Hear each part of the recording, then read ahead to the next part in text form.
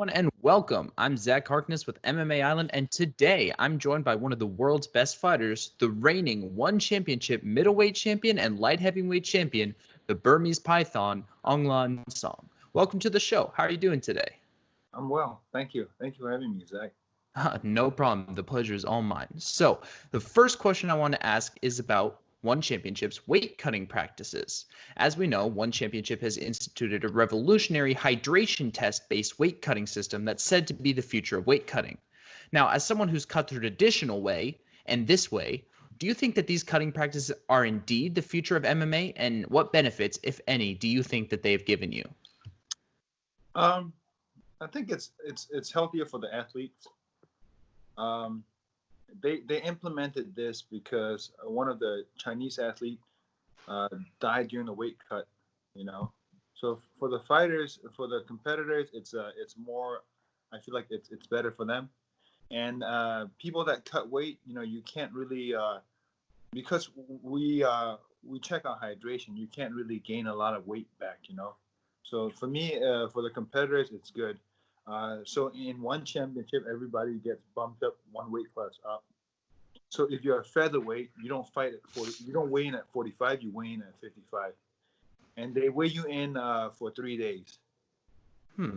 Interesting. Yeah. So if you pass the first 2 days with the weight and the hydration, then they don't check you on the fight day. If you fail one of those days, they check you on the fight day as well. So with these cuts, have you seen any advantages in your fights personally, because you fought in many other promotions that aren't One Championship? Yeah, I don't feel as drained. Definitely, my chin holds up a lot better. I used to cut to 170, and for me, during the 170, I would get dropped, and I feel like that's partly because my brain was dehydrated, Because in training, I never get dropped. In training, I've been, kicked and punched pretty hard. But in training, I never get dropped. So when I used to fight at 170, I would get dropped. And I was like, man, this is crazy. So. Yeah. So do you think that this cutting practice will get adopted by all the other MMA promotions? Do you think it's inevitable, or do you think they're going to wait to see how it works out in one? I don't think so. I don't know. It doesn't look like the other promotions are making the move to changing the weight cut. But in one championship, the guys that cut a lot of weight, they end up having to move up a weight class. So I think it's for the athletes, it's an even playing field. Nobody can gain back a lot of weight. So in other promotions, they say you can't cut more than 15% or 20%. For our promotion, you can't cut it all. Everybody gets, the weight classes get bumped up. If you're middleweight, you have to weigh under 205. Well, that's very interesting, and I want to move into the next question here. Now, one of the most notable fights of your career took place at One Championship 40 Union of Warriors. I believe this was your first fight in Myanmar, but it certainly wasn't the first time on the big stage. How much energy did you feel from the crowd as compared to your other previous fights? And did you feel like you had a little bit more recognition after the fight? Oh, definitely. So in terms of recognition, we made, the front page of the newspaper in Myanmar, in my whole country. So, in terms of recognition, that was what brought me, my popularity into Myanmar. And the energy there is electric. It's crazy. From the bottom floor to the top floor, everybody's going crazy when I came out, and they would have those glow sticks and they would be banging. So it looked like a scene from Mad Max, it's crazy. But I had to control my emotions, to be able to perform. Yeah, I was just about to ask, did that all give you a extra set of motivation, or did you feel a lot more pressure? Because I've heard fighters who fight on their home turf really feel a lot of pressure in order to perform, but I've also heard other people say that they're motivated. What was the case for you? For me, it was I try to set it aside and I just try to focus on the competition itself. For some fighters, it could be used as an energy.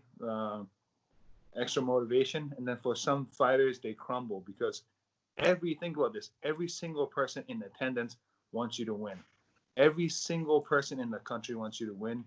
the security guards want you to win. Everybody wants you to win. So if you look at that, you can see it as like added pressure.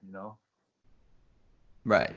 Well, another big win for you in one championship was your win over Vitaly Bigdash on one championship Light of a Nation, and this cemented your place in history as you became the first ever champion from Myanmar in a major sport in front of a home crowd. Out of all the incredible moments you have experienced in your career, where did that one rank? I would rank that as one of my, most biggest victory, and it's what's allowed me to evolve and get better as a martial artist. That win allowed me to be able to train full time and be, a full timer. That win allowed me to keep on, defending my belts and getting better training, better recovery, everything. Mm-hmm. So you said that you weren't training full time. What else were you doing when you weren't training full time? Like, what other jobs did you have?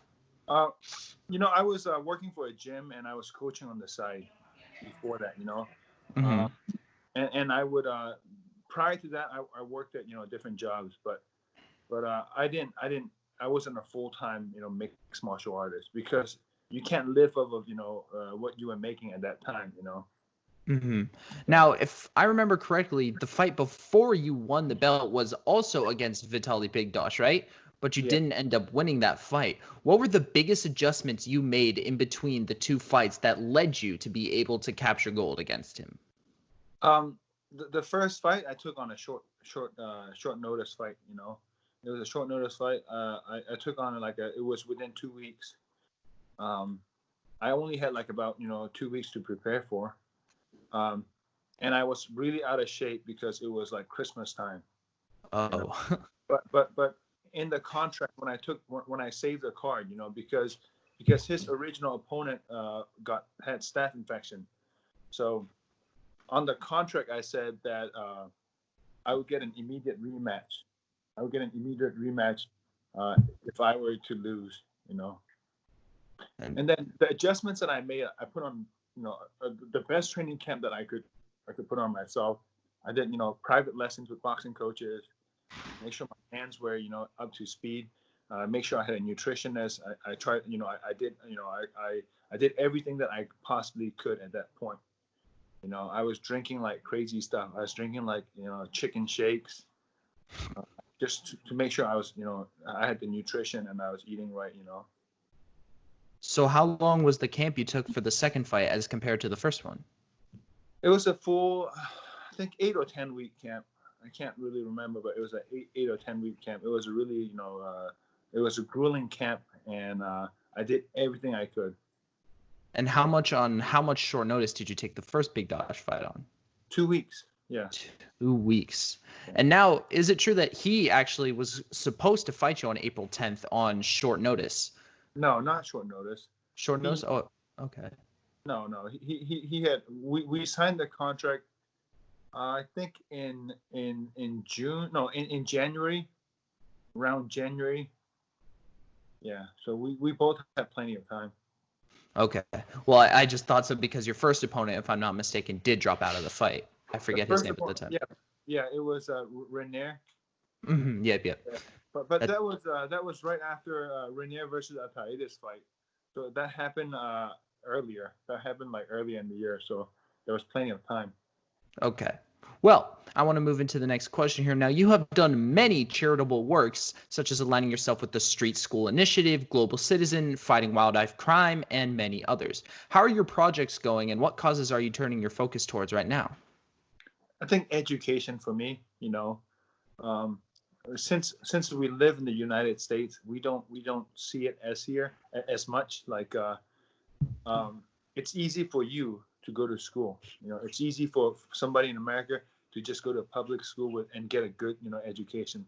For me, education is key. It's what's going to bridge the gap between the poor and the rich. It's going to be what's going to gap between a developed country and a developing country. So for me, I'm going to continue working with the education, My Me project, and I'm also going to be sponsoring some young young individuals that want to become either a mixed martial artist or a lead weight fighter. I already have a few kids that are training lead weight and also going to school right now. So. Have you ever thought about like opening a gym for like maybe underprivileged kids like back in your nation? Is that Yeah, something for that sure. would interest you? Sure. That's something. After a year and a half, maybe more, when I'm done fighting, I'll probably live at least part time over there, if not full time over there. So wait, you said you only have like 1 or 2 years left of your fighting career? Yeah, I'm turning 35 next week. So I don't wanna compete for too much longer. But Right. during this time that I compete, I wanna compete a lot, and I wanna make it the best. hmm Have there been talks? Because I know that obviously the UFC has been holding empty house shows, but we haven't heard from any other the major promotions, including your promotion, One Championship. Have there Yeah. been talks at all have of holding empty arena shows? No, they will. They were about to do the April 10th in an empty arena, in a studio in Singapore. They were gonna do that, but unfortunately, some countries are more seriously affected, and Singapore is not going to be opening until June 1st. So after June 1st, I think it's going to be back to normal or semi-normal, and we'll be back in business. I have a feeling I'll be competing in 4 or 5 weeks. Well, that I'd be looking forward to that. Now, this might be a tough question to answer considering you've already accomplished so much in the sport. Now, with these remaining 1 to 2 years left of your career, are there any accomplishments that you would like to have said that you have done after your whole fighting career is over? Just be as active as I possibly can. Put on great shows that the fans would love to watch, and just learn as much as I can. As much as I can as a mixed martial artist. Learn, get better in my wrestling techniques, get better in my striking techniques, and just get better in general, so that I can relay those knowledge back to the people that I'm going to be working with in the future. So. All right, so back in 2012, you fought Jesus Martinez in Bellator. Now, you won that fight by first round knockout, yet you never fought in the promotion again. Is there a reason as to why? No. Like right after the fight, I asked them. I told them, hopefully you guys have me back again, and they said, yeah, we will have you back, right away.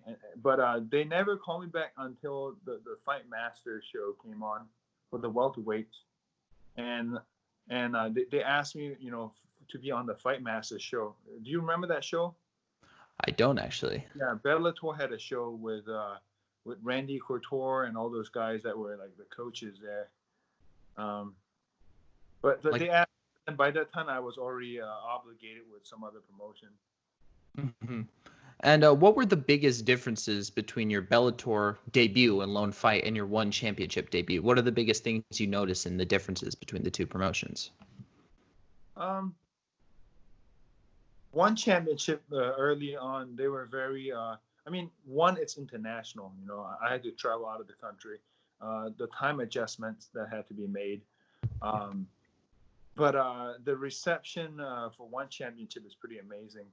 The Asian fans are a lot different from the American fans. hmm Um, not to like not that there's anything wrong with the American fans, but sometimes they're very vocal and sometimes vulgar. They'll boo you and stuff like that. But in an Asian like a promotion, you won't hear boos from the audience at all. I know, like that's something I've noticed. Most crowds outside of the United States are pretty great. Like they're very loud, supportive, but they Yeah, don't boo. It's always so much of a better atmosphere. I've always wondered yeah. why. Even with like even with the competitors from other country fighting people from your country, they'll give they'll applaud and they'll cheer you on, because they're there to be entertained. They're there to be they look up to the fighters. They don't look down on the fighters, and that's the difference, I think. Right. So, in between your first and second fight in one championship, you took an almost 2-year layoff, which is something odd for such an active fighter like Yeah. yourself. What were the reasons for this long layoff? It was because of my travel situation. I didn't have my passport. Um, and during that time, I almost quit. During that period, I almost quit fighting altogether, you Hmm. know. Um, and I'm glad I didn't. Yeah. Because during that time I was training, but I wasn't really able to compete. I asked for a release from one championship so I can, compete other shows, but it just didn't work out. And I was just, training other people and coaching. So I almost quit and become like a full-time coach. I started my own gym like that, but I'm glad I didn't. Hmm. Yeah. So So 2014, I've already competed for, 9 years, and I had nothing to show for, so I almost, stopped competing. And then I got my travel document, I got my, my passport, and then I was able to travel and compete. So when you got that travel document, was it like, okay, now I can fight again, so I guess I will, or was it more of like a, oh, I'm excited to fight again No, I'm because excited. No, I was so amped to fight again. During that time off, I coached a lot of amateur guys, and we went on winning, nationals, WKA, World Kickboxing Association, nationals. We went on and competed at amateur level, but I had a lot of guys. As a coach, while I coached them, I learned a lot about fighting myself. I learned Mhm. a lot about mixed martial arts myself, so it was kind of a good thing too. So the success in your coaching is what really made you want to keep going again? Yeah, I think so. There was still a lot of fire left in me as a competitor. So. All right. Well, as someone who's competed at the very top level in two separate weight classes, those being light heavyweight and middleweight, which one do you prefer fighting in? Definitely middleweight.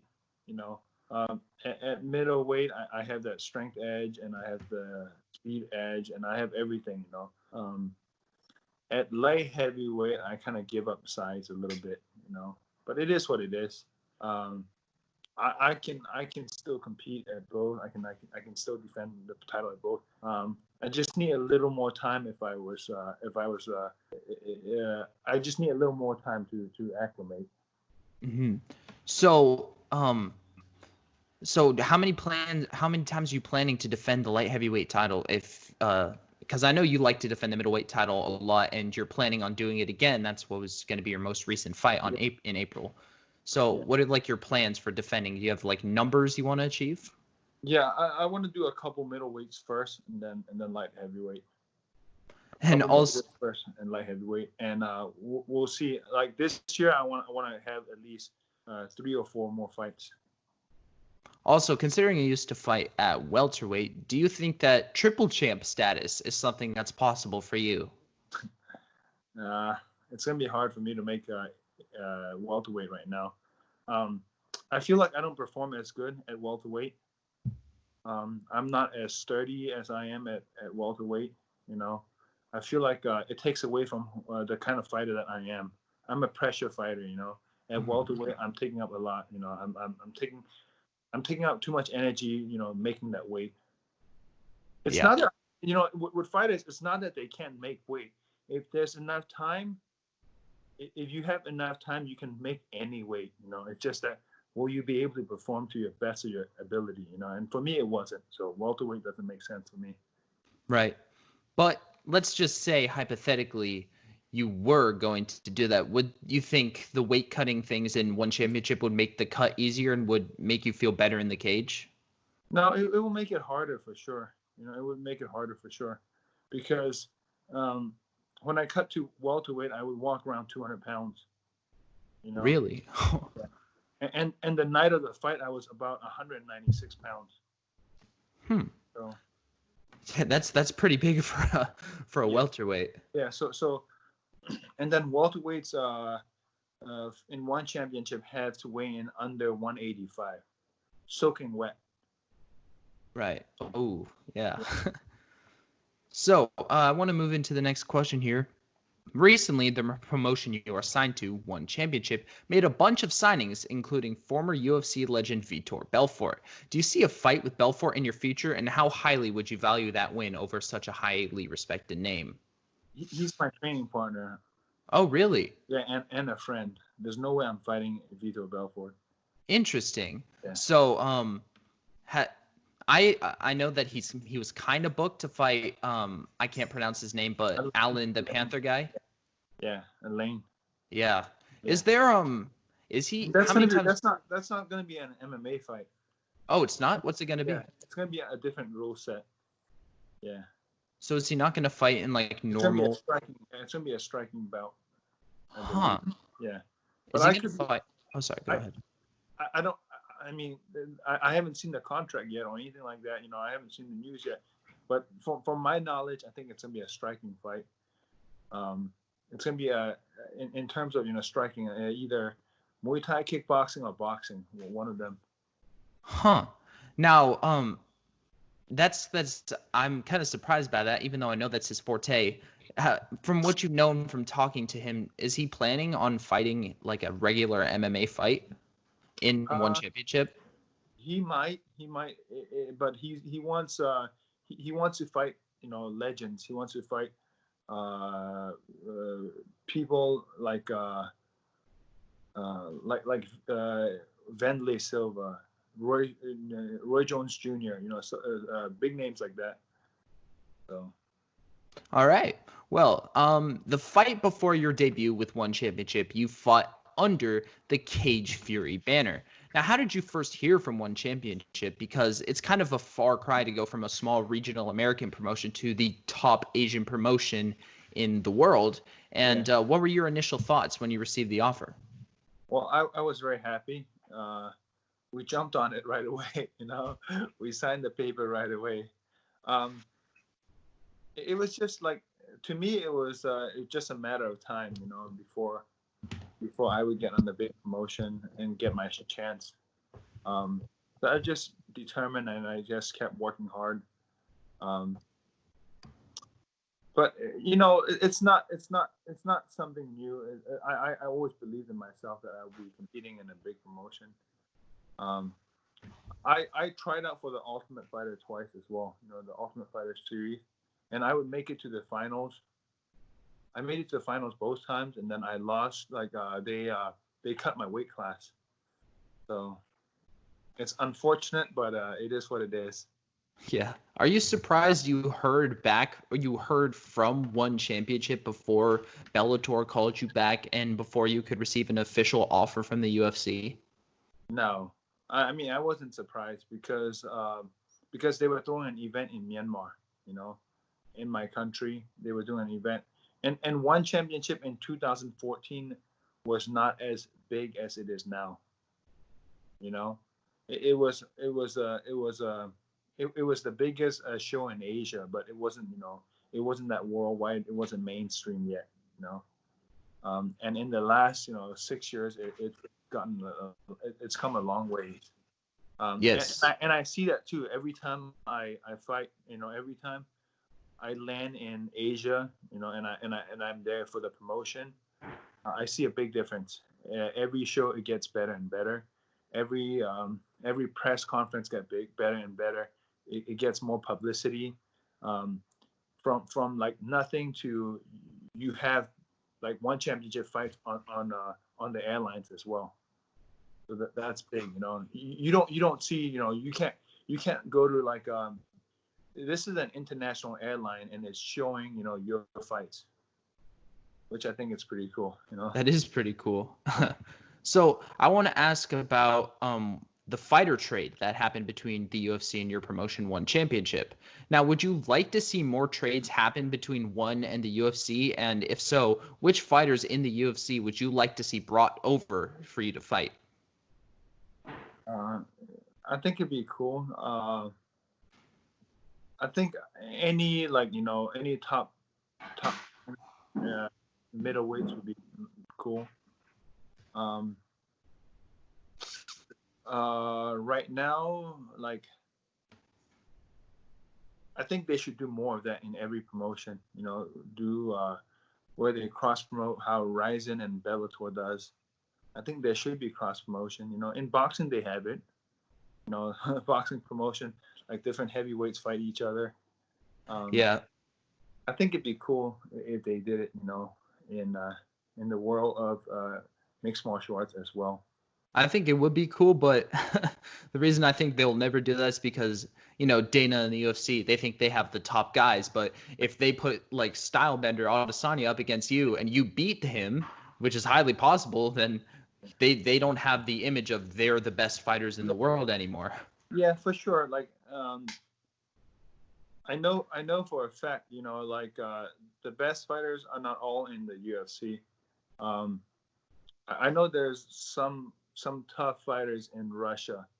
I know there's some tough fighters everywhere, and like I'm not saying one championship is the best. I'm not saying UFC is the best, but I'm sure there are fighters, real good fighters, really good fighters somewhere else.